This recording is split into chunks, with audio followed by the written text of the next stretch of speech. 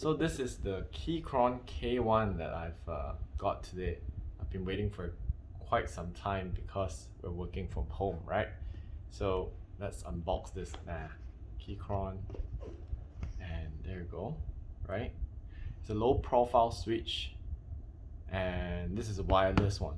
Okay, let's just open it up. There you go. Nice one, nice packaging. Simple but nice. Let's put this aside first. We've got the manual. Okay, I'm not going to read this. Some quick instructions on what the keyboard is. Cable.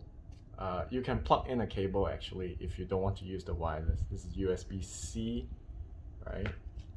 Some replaceable keycaps and a keycap remover. Okay, so let's get the box out of the way. Let's look at the actual product. Nice. Okay, this is a aluminium. It's quite heavy, right?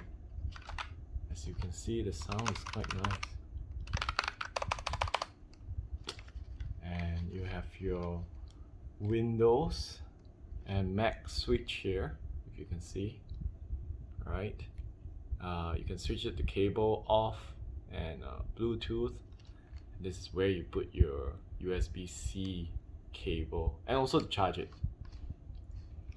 Okay, one of the good things about this Keychron keyboard is that when we turn it on, it has some lighting. So I'm going to turn this on right now, right?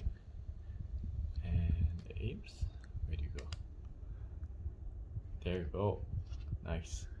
So I've got the white backlight version, and you can actually change the lighting effects, right, by clicking on this button here.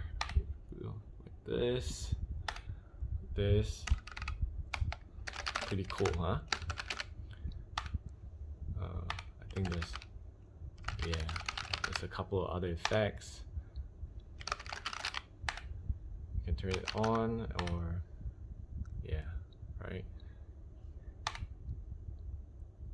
There's some dancing effects, I think, like snake and all these kind of things. Pretty cool. Okay, there you go.